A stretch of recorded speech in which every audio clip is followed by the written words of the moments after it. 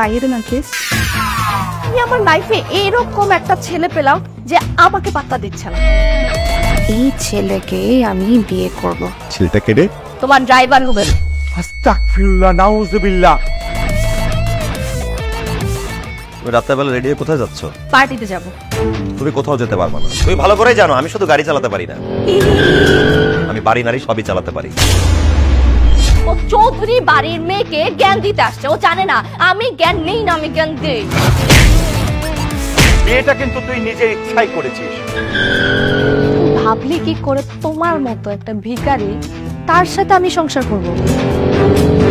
আমি তোমার হাজবেন্ড, আমার কথা তোমাকে শুনতেই হবে। I want divorce.